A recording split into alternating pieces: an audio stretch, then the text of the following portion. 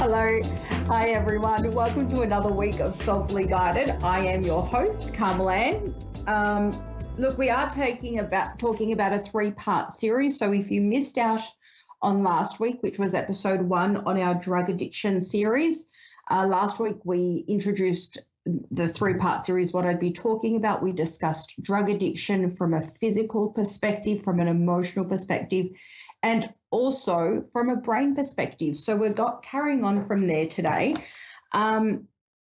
Look, I don't consider myself a recovered addict. I am me without the addiction status. I'd love to share my experience and what I learned across the 17 years, as well as what I've learned personally and through education. It is not something I openly talk about a lot, but it does influence a lot of the decisions and the lifestyle I live today. So I wanted to talk about today extreme methods of tricking the brain, and these are just ways of helping people acknowledge the dependence our body has and our brain has on a substance the first time we take it and thereafter as it becomes a habit. So I think I will need to break this down into 2 episodes. We'll see how I go. We might also include, because I think it's really important to express our mental health, not only during using substances during our addiction, but also thereafter as we transition to not being a substance abuser. I think that's really important, and they might take over an extra 2 episodes. If you have any questions, please forward them to me, soulfullyguided.com.au. You'll find everywhere where you can contact us, because we will be doing an episode on asking questions, and some questions have come through already that I'll be spending an episode answering. Oh, what a mouthful. Now, it's really hot here as well. I wanted to put the air conditioner on, but we're having a really hot day, a couple of days in Victoria, Australia. But if I put the air conditioner on, my mic is going to make it sound like I'm in a UFO about to take off. So excuse the summer look I'm rocking today. But look, so we're going to talk about tricking the brain, and by no means would I recommend anyone to go out and create this scene or this experience or this, to try and replicate this in any way to try and trick the brain. It is not always guaranteed. Last week we talked about how much the brain sort of depends on the drug and how a habit is formed in the brain, how the addiction is formed straight away, or the experience is formed straight away after we use a substance. So we're looking at, when you need to trick the brain, it's got to be, there are things that happen in life. It works for some of us, it doesn't work for others. It is a fear-based thing. So that's why I wouldn't recommend you go out and, create an opportunity where you're going to OD or anything like that. But when we talk about tricking the brain, we're talking about a substance that your brain has learned to register that it needs as much as you need air. So that's huge. When people are understanding drug addiction for their loved ones or themselves, your brain is basically saying, hey, I need this drug as much as I need the air that I breathe. In that context, you can understand the depth of how hard it is to quit a substance. So let's not be too hard on ourselves when we lapse or relapse. But also, when we trick the brain, it could be something that happens that we're so scared of. For some people, it could be overdosing or watching someone else overdose around you. It could be losing your child in, your rights to be able to look after your child. For each person, it's different, but it has to snap your brain out of thinking, I need this just as much as I need to breathe, to thinking, I can never take this again. The fear has to be so strong that it completely snaps the brain out of the need for it. That doesn't mean withdrawal, or it doesn't miss out on withdrawal, or, anything that comes with quitting, or that doesn't mean you're not going to want to take the drug again. It's just that the brain has snapped out of that addiction for the biggest fear you'll ever encounter in your life. So that is why I don't recommend creating a situation like that where you trick your brain out of addiction with such an extreme method. It works in some instances. It is not guaranteed to work, but it is. It can help sort of, those years of, I guess, those years of wanting to quit. And I don't know how to say this. So, that it can sort of speed up the process of quitting, but it won't take away the problems that you encounter along the way of quitting. There's some things that I'm sure there's more modern day techniques and offer things out there that can help people. I understood the methadone program, which helps people that are addicted to heroin to try and, a man-made synthetic legal version of heroin. I personally avoided any sort of middleman or middle step things like this, where they also try and trick the brain, but on a more legal and, healthier way.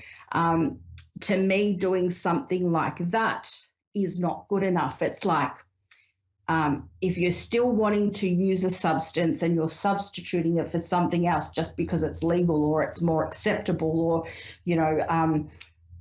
I think, well, it's going from one addiction to another. And for anyone that takes drugs or, doesn't understand the difference between a man-made, this methadone to heroin, well, I guess you're looking at say, for example, if you're a weed smoker, it's the difference between smoking marijuana or smoking that leaf part.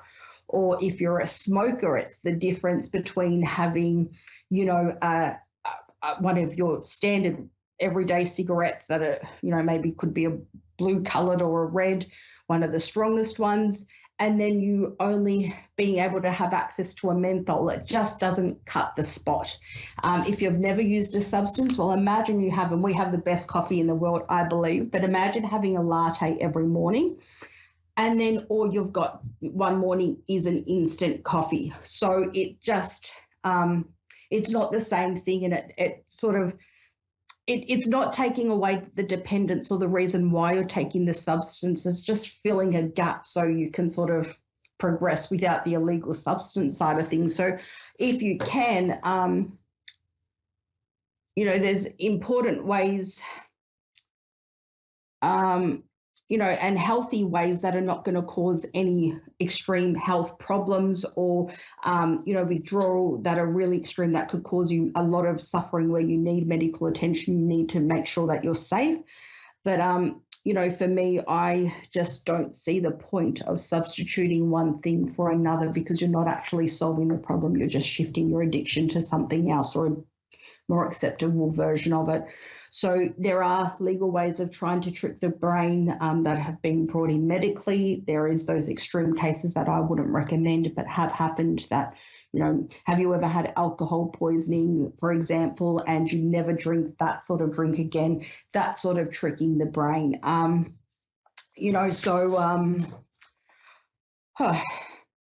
So that's where I stand on my knowledge of tricking the brain out of addiction. Once again, I can't emphasize enough not to go out and create these experiences. Now, before we get into what worked for me, can I just see with our producer, Dave, how much time do I have left of the show? Let's see.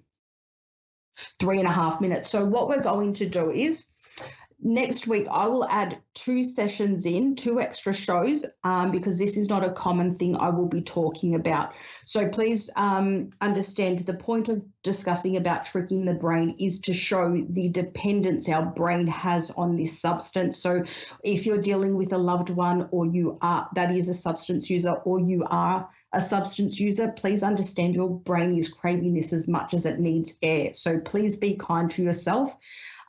Time is often an enemy of ours as substance abusers, but if you're ready and willing to change, that is a beginning. It's not going to be an easy struggle, but it will, a journey, but it will be very well worth it. Next week, I'm going to talk about techniques that worked for me, very not as extreme as tricking the brain, but ways that worked for me, how I filled the gap of what I was lacking, instead of filling that with substance abuse, I started filling it out with other things, filling it with other things that were more fulfilling. It was a long journey. There were lies, there were relapses, there were lapses. I wasn't able to get the help that I needed on the public system and couldn't afford the private system. So I will share with you what worked for me. Once I made that choice, it was a lot easier. Won't say it was easy, but it was a lot easier. So I'm happy to share that next week. I also wanted to say something there and I forgot. But then the week after that, I might even talk about drugs and mental health during and after. So we'll include 2 extra episodes, and then thereafter we'll be asking questions. So far I had questions about AA and how did I actually stop? Do I still feel like taking drugs? Am I scared of doing drugs again? And ask questions about rehab and how did I get help? So I touched a little bit on that today. So if you want to tune in next week, I'll talk about methods that worked for me to quit. Thereafter, we'll talk about mental health, chucking in those 2 extra episodes. And if you have any questions that you would like to be answered, please message me within 3 weeks, and you can message me at any of the links on my website, soulfullyguided.com.au. Thank you for listening, and thank you for letting me feel confident enough to share addiction from my perspective. Thank you. We'll see you next week.